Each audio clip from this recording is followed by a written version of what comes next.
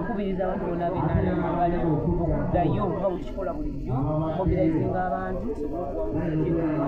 ezo nungi ziyamba nnyo kubanga abantu zezibakuuma tubayise bivumbula ebizibu ebibaddemu nekyalembeze okulaba nga babeerawo okulabula eri abakozi abaweereddwa emirimu gy'okulondesa challenges naze tusanze abalondesa abamu beekubira sayidi ne baba nga bali mu kuleetera regisita kuwandiika bo tebaagala naye tumaze okukola nebisoboka okuzyayo n'okulaba tutya tugenda okumaliriza nolwekyo baagaliza bannamukono mwonna okulonda okulungi beteekerateekera ebigenda okudda ku maaso ate nga nkakasa tujja kuwangula MC ezisinga obungi era nze jero sekretary w'ekibiina kya NRM mu disitulikiti y'e Mukono njagala okwebaza okulembeze muno bwa disitulikiti y'e Mukono bwasazeewo olwaleero yetutuuleko wano ng'abaana ab'ennyumba emu olaba tutya tugenda okuteekateeka ate n'okuwangula omulimu gwa MC1 awamu ne Women Councils era njagala okwebaza abakulembeze abakuŋŋaanye wano olwaleero beebale nnyo beebalire ddala tubayise tubalaga roadmap n'okubagulira ebiki bye tubasuubira okukola okuteekateeka abantu baabwe nanga enalo mu kibiina olwedde tulina black bearers ku buli kyalo era gyebali balondebwa era ne bakwasibwa bendera ezo nakati tugoberera emitendera egigenda okuyitwamu kulaba nga babeera endosti after nomination before nomination ate era banominating okukiikira ku byalo eyo olwaleero okulonda osobola okuwandiisa abalonzi kutandisa okwetula disitulikiti y'e Mukono era abawandiika badisitulikiti bali aba electoral commission ku byalo okuwandiisa abantu local council mu kyalo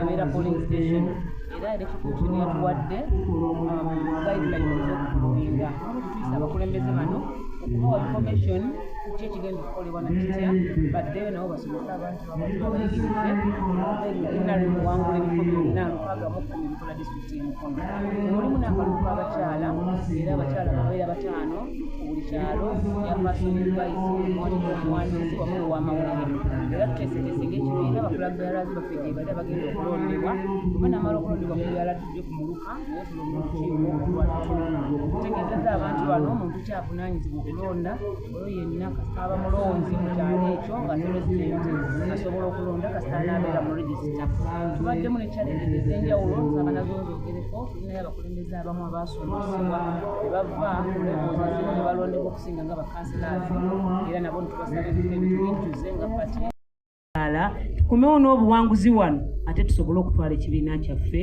mu maaso saba mukama bawe omukisa Mukono tulina okugikwatako corruption munene era mugazi naye mu kibiina kyaffe ensonga eyo mwesibuka ate nga ffe tuli mu buyinza n'olwekyo chairman mu kiseera ekituufu tugenda kukuwa ensonga ezo era tukusaba oconstituting a disciplinary committee abantu abo bakangavulwe tusobole okutambuza ekibiina kyaffe mpundi against our own candidates babawa ssente babateekamu buli kimu ekisoboka kubanga bo balina ddiiru zaabwe ze baagala okuyisaawo tukusaba chairman mulundi guno ng'abantu bano bwe baakwesiga you are going to bite ogenda kukambuwalako ogenda kusitulako ku ddoboozi ensonga zino tuzikwateko ekitali ekyo naffe abamu tugenda kukoowa ekibiina kijja kuba kitulemye nolwekyo nkusaba chairman olw'okubanga abantu bano weetuli ku bukulembeze obw'enjawulo ensonga ya indiscipline mu kibiina tugikwate n'amaanyi kibiina tekijja kukula nga ffe ffennyini abakulembeze ffe tukola ebikolwa ebitali bituufu ate nga mu guidelines tulina amateeka agasobola okutufuna ensonga ya corruption mugo pending investigation okutuusa nga ensonga ezo zitereezeddwa naye chairman tukisanze nnyo gyekiri era kiyonoonye ekibiina ku grassroots ebintu ebimu tubikola mu byalo eyo naye nga bimenya omutima bimenya emitima gy'abantu ate ne bimenya n'emitima gyaffe abakulembeze chairman kkiriza nkutegeeze nti eriyo indiscipline nyingi nnyo mu magombola gaffe eyo ate ng'evujjirirwa ffe abakulembeze era ensonga y'aba independence gye mbadde njogerako okwetolola Mukono esinga ereeteddwa ffe n'olw'ensonga eyo chairman ngenda kusaba constitution y'NRM etugamba nti ku district kubeerako disciplinary committee ekulirwa ggwe ssentebe secretary, general secretary n'abantu abalala bataano abalina okukwasisa empisa mu kibiina. Singa tunaakitwala emyaka 5 abantu baffe be babajjako ssente, ba flag bearers bo chairman babajjako ssente nga babasuubiza okubawa flaga oba okuzibajjako okuziwa abantu abalala, ate nga abakikola bakulembeze ne wano muffe mwebali. Kati abantu abo ne basigala nga bennyamivu kuba balowooza nti ng'olukikola district tetubayambye. Ensonga eyo mu constitution yaffe NRM is a high level indiscipline.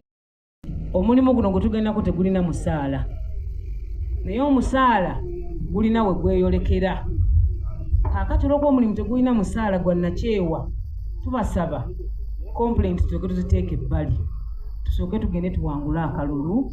Bwe tunaamala okuwangula akalulu, ebirala tugenda kubiraba. Kijja kuba kibi nnyo senga batukuba ne batuwangula mu bululu buno ate nga ffe ab'NRM tulina structure ezisobola okutuyamba okuwangula. Mu bitundu ebisinga nti eriyo abantu bali ku sayidi eri abagenze mu maaso era n'okutiisatiisa abantu baffe nga babagamba olw'okuba akalulu ka mugongo tujja kulaba, tujja kukola bwe tuti. Ffe kye tukoze chairman kuzzaamu bantu baffe maanyi naye tusaba ne security olw'okuba yayitiddwa wano mulundi guno security ebeere involved mu kalulu kano, kuba akalulu ka kyalo abantu bano baba beemanyi. Tulabe nga tetufuna buzibu, tujja kusaba security interveninga mu nsonga ez'enjawulo leero even after the election okulaba nga abantu baffe babeera n'emirembe era n'eddembe mu bitundu byabwe. Gikwatako gikubaganyako ebirowoozo ate n'okugisalira amagezi. Tulina information tulina challenge eya lack of information wansi eyo. Abantu baffe tebalina information era tebamanyi kigenda mu maaso. Kitegeeza kitukakatako ffe abali wano olwaleero now moving forward okuddayo ku byalo eyo okubawa information entuufu gye tugenda okufuna okuva ewa district registrar waffe. Abakulembeze ab'abakyala mulina omulimu gw'amaanyi nnyo mu kalulu kano, tubasaba okuyimirira nga bwe tubadde tutambula era tutambuze. Ssebo chairman, tulinamu n'ensonga ku kyalo ekyo kuba mukimanyi akiikirira abakyala nga chairperson ku kyalo ate atuula ku lukiiko lwaki olwa LC1. Twabayise wano okubawa information entuufu gye muba mutwala mu bantu kuba olwaleero waliyo mixed information, bano boogera kino bano boogera kiri. Naye ku programu kuno sirina kyalo kyentuuseeko gye nsanze opposition akimanyi n'okukimanya nti tunoonya kalulu ak'abakyala abo. Naye bwe tumaliriza ffe ffennyini abakulembeze nga tubawagikamu abantu abalala ekigenda okutukositinga obululu. Kakati olwaleero chairman mu lukiiko luno nsaba n'okusaba kwonna nga general secretary ate flag bearer ku ntebe y'omubaka omukyala nti for the first time in the history of Mukono tukole ku kintu ekituufu era ekyamazima. Tugende okuva wano nga tusazeewo bulungi era ffenna nga tugenze kugatta maanyi kuwanguza abantu abo. Bwe tunakkiriza ne batwalako LC zino omulundi guno tusobola obutaddamu era kuwangula kalulu emirembe n'emirembe gyonna okutuusa nga eggwanga lino liweddeyo. Kakati mbasaba bannamukono ku mulundi guno gwokka tugende tukole ekituufu ate ekyamazima. Omuntu yenna eyaweebwa fulaga ku kyalo ne bw'aba munafu ffe tulina kumuwa maanyi. Ffe tulina kumuwa ki? Maanyi. Amaanyi ago tugenda kugamuwa tutya? Tulina obukiiko obw'abakyala abo bali 5 ku kyalo. Abakyala abo singa buli mukyala agenda n'anoonya abakyala banne 30 tuba n'abalonzi 105. Layini eriko abalonzi 105 tuba akalulu tulina we tukatandikira. NRM ky'ekibiina kyokka ekirina structures mu ggwanga lino. Naye ffe tugayaalirira okukozesa structures zaffe ne tulindanga essaawa esembayo kyekisinza okutukositinga obululu. Kakati nze nga nkyalina ebisago bwekugwa mu kalulu sigenda kubakwasa kisa. Ku mulundi guno gwokka nga general secretary tugenda kutuukayo ate tugenda kuwangula ebifo byonna. Alina yayongerwako. Abantu b'NRM muyigwe okububira ekyammwe. Mututuusaako ebisago bingi nnyo emmanga eyo naye ate era ffe tusigala tukomawo gye mukola ki? Gye muli. Ate bwe tumala okudda gye muli era ne mwekola ebintu ebitayamba. Bishop Landers ajja kunjulira Bible eyigiriza lwaki onyigira muno n'okkiriza enjuba n'egwa ng'okyanyiize n'okwata omwaka n'okwata ogwokubiri n'ogwokusatu era ng'oli mu kunyiiga. Bantu mmwe muyige okusonyiwagana lwe tujja okutwala ekibiina kyaffe mu maaso. Abakyala mbasaba chairman bw'aba yakunyiigira ng'oba nawe wamunyiigira ate ekisinga obubi abatuleetamu obuvuyo ate be bandibadde abaffe ddala be twandibadde twesigamako okulaba nga tutambuza omulimu guno. Era ba independent bano si bazibu nnyo naye bavujjirirwa ffe nnyini abakulembeze ab'ekibiina olwa personal gains. Olwaleero nga principal administrator w'ekibiina ngenda kubasaba abakuŋŋaanye wano ffe tuli be NRM era tugenda kuwagira ba flag bearers. Schedule mu constitution yaffe y'ekibiina twali mu kalulu kali bangi baatusuulawo n'ekibiina ne balowooza nti tuweddemu amaanyi kati twetereezezza ate bakoze enkyukira bakomyewo kubanga baagala okuliira mu kavuyo. N'olwekyo okkiriza chairman nkutegeeze nti ba independent abo bangi era gye bali naye ekibiina kyaffe kino kirina amateeka agakifuga era agakitwala. Bannamukono tugenda kukkiriziganya ku national eriyo ebitatereera naye eno district yaffe nga bannamukono bali baligenda okutuuka ffe nga twetereezezza. Teeka bwe liba ligamba titulina flag bearer nsaba mukkirize ffenna gwe tuba tuwa obuwagizi. Nabaddeko mu lukiiko olumu gombola y'ekyanjolwa njagala mu maaso go chairman okwebaza ow'abakyala atutwala ku district ey'Emukono mu NRM Omumbejja Nasona Juliet atukozeemu omulimu omunene ng'abakyala mumwongere engalo era ffe tufubye mu 10 mu district y'Emukono ezo zigenda kulonda obukulembeze obwa LC1 ate bwe tunava ku 1 tugende ne ku LC2 olwo tubeere nga tufundikidde naye mukimanyi nti era tugenda kulonda obukiiko obw'abakyala.